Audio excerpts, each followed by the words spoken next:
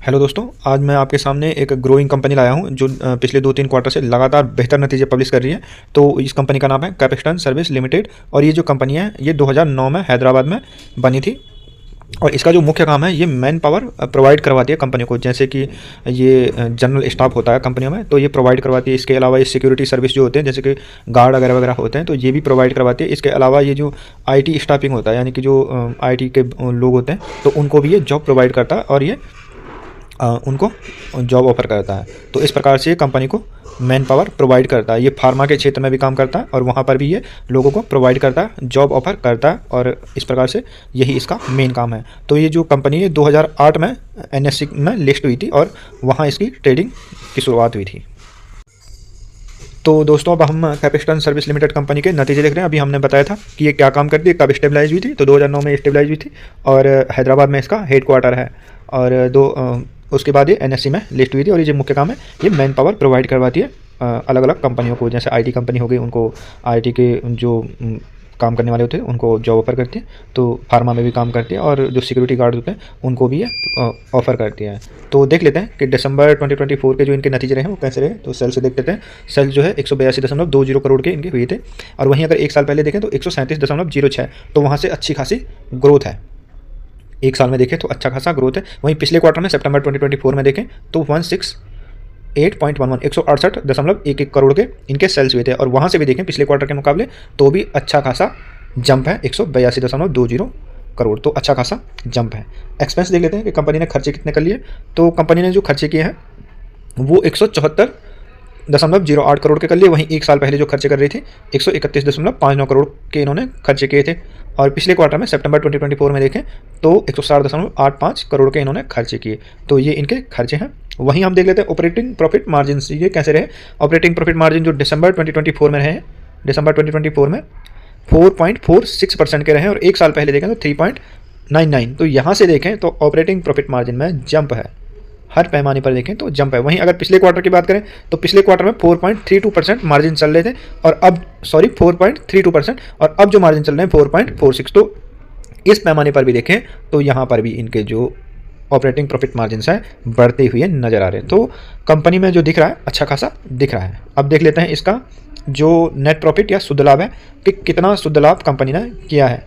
तो शुद्ध लाभ देख रहे हैं हम कंपनी का शुद्ध लाभ जो है नेट प्रॉफिट यानी कि शुद्ध लाभ जो उनके हाथ में आया है। तो दिसंबर 2024 में इन्होंने 4.53 करोड़ का शुद्ध लाभ किया था, नेट प्रॉफिट किया था। एक साल पहले देखें तो 2.69 करोड़ इन्होंने किया था और वहाँ से लगभग दोगुना हो गया है इनका प्रॉफिट। एक साल में ही इन्होंने अपना जो प्रॉफिट है वो दोगुना कर दिया। तो कंपनी कितना बेहतर कर रही है ये समझ सकते हैं आप लोग। 2.69 और 4.53 यानी कि 2.69 करोड़ से 4.53 करोड़ हो गया, तो दोगुना हो गया। अगर हम पिछले क्वार्टर के मुकाबले देखें तो पिछले क्वार्टर में 3.94 करोड़ के इन्होंने प्रॉफिट किए थे और इस क्वार्टर में दिसंबर 2024 में 4.53। यहाँ पर भी अच्छा खासा ग्रोथ नजर आता है प्रॉफिट में। प्रॉफिट इन्होंने अच्छा खासा बढ़ाया है हर पैमाने पर देखें। इससे पिछले क्वार्टर के साथ तुलना करें तो भी इन्होंने इस बार ज़्यादा प्रॉफिट किया, उससे पिछले क्वार्टर में देखें तो भी इन्होंने ज़्यादा प्रॉफिट किया है और प्रॉफिट करने में कंपनी काफ़ी अच्छी दिख रही है। वहीं EPS देखें एक शेयर पर इन्होंने कितने रुपए कमा करके दिए हैं। तो इस बार दिसंबर 2024 में 2.23 रुपए पर शेयर कमा के दिया है। वहीं एक साल पहले जहां ये 1.33 रुपए पर शेयर कमा रहे थे तो यहां से देखिए EPS में भी अच्छा खासा जंप है, 1.33 से 2.23, लगभग 1 रुपये के हेरफेर हो जाएगा, 90 पैसे या 1 रुपये के हेरफेर हो जाएगा ये।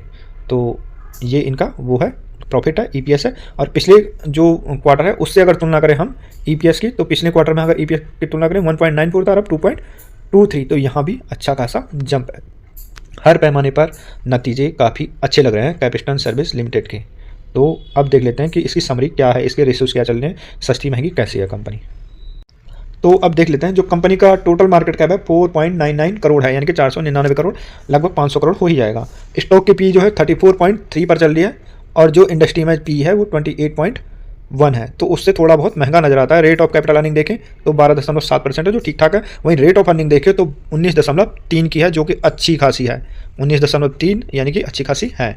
बुक वैल्यू देखें तो 38.9 पे चल रहा है, बुक वैल्यू 38.9 पे चल रहा है। वहीं अगर हम इसका ग्राहम नंबर देखें तो 79.2 चल रहा है। टोटल एसेट जो कंपनी के पास है 246 करोड़ का। डेट जो कंपनी ने कर्जा लिया है 129 करोड़ का लिया है।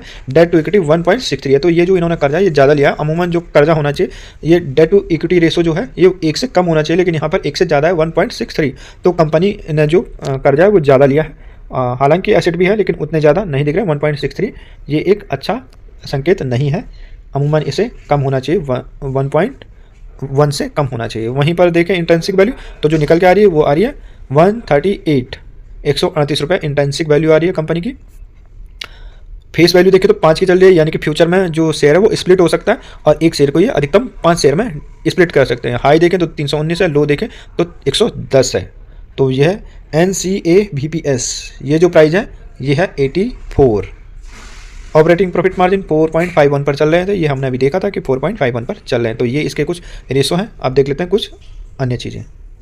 अब देख लेते हैं कंपनी की बैलेंस शीट बैलेंस शीट में कैसे दिख रही है कंपनी। तो इक्विटी कैपिटल जो है वो 10 पर चल रहा है लगातार पिछले कुछ टाइम से 10 पर चल रहा है। 2019 में 9 की इक्विटी थी और अब 10 की चल रही है। वहीं पर रिजर्व देखें कंपनी के पास तो 69 करोड़ के इनके पास रिजर्व है और ये इससे पहले 61 थे। तो रिजर्व अगर हम देखें तो लगातार बढ़ा रही है कंपनी, अपने रिजर्व को बढ़ा रही है। देखिए पहले 35, 41, 43, 49, 60, 61 और 69। तो रिजर्व लगातार बढ़ा रही है। हालांकि यहाँ पर एक चीज़ जो दिख रही है वो है कि कंपनी अपना बोरोइंग कर्जा जो है वो बढ़ा रही है। 129 करोड़, पहले 102 थे, फिर पहले 92, 85, 92, 102, 129। तो लगातार कंपनी कर्जा लेती जा रही है। तो ये एक थोड़ा सा नेगेटिव पॉइंट हो सकता है। बाकी अगर देखें तो कंपनी के चूँकि नतीजे सही हैं तो ठीक ठाक चल रहा है। अब देख लेते हैं इसके कि जो टोटल जो एसेट्स हैं वो कितने हैं कंपनी के पास। तो ये हमने देखा था कि जो टोटल एसेट है 246 करोड़ का है और इससे पहले जो इन्होंने डेटा दिया था उसके अनुसार 207 थे, उससे पहले 180 थे। तो हर बार इनके एसेट्स बढ़ रहे हैं, ये एक पॉजिटिव चीज़ है। अब यहाँ पर देख लेते हैं कैपिस्टन सर्विस लिमिटेड के इन्वेस्टर जो पैटर्न है वो कैसा है। तो इन्वेस्टर में यहाँ पर दो ही नज़र आते हैं, पहला है प्रमोटर्स और दूसरा है पब्लिक। तो दो के पास यहाँ पर होल्डिंग है और जो प्रमोटर है उनके पास अच्छी खासी होल्डिंग है। 72.87% अपने जो शेयर्स हैं उनको ये होल्ड करती है। तो ये काफ़ी अच्छा पॉइंट है कि प्रमोटर जो है वो अपनी होल्डिंग को लगातार लंबे टाइम से सेम बनाए हुए हैं। उन्होंने अपनी जो होल्डिंग है उसको सेल नहीं किया है। यानी कि प्रमोटर के पास अगर होल्डिंग रहती है और अगर अपने शेयर्स को मार्केट में बेचते नहीं है तो इसका मतलब ये है कि उनको लगता है कि कुछ अच्छा होने वाला है। यहीं पर पब्लिक के पास देखें तो 27.13 और पब्लिक भी लगा सेम बनाए हुए हैं अपनी होल्डिंग पैटर्न को। तो ये था इनका होल्डिंग पैटर्न।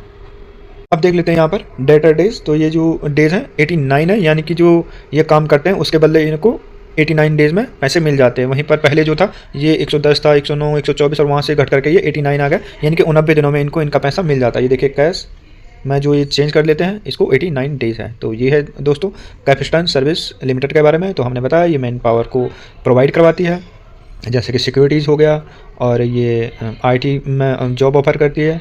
इस टाइप की ये मैन पावर अलग अलग कंपनी को प्रोवाइड करवाती है। नतीजे काफ़ी अच्छे हैं। नतीजे हमने देखे थे कि नतीजे इसके काफ़ी अच्छे चल रहे हैं। इन क्वार्टर से देखें तो 2-3 क्वार्टर से बेहतरीन चल रहा है। 2-3 क्वार्टर नहीं, तो लगभग साल भर से ही बढ़िया चल रहा है। तो ये एक बेहतर कंपनी है।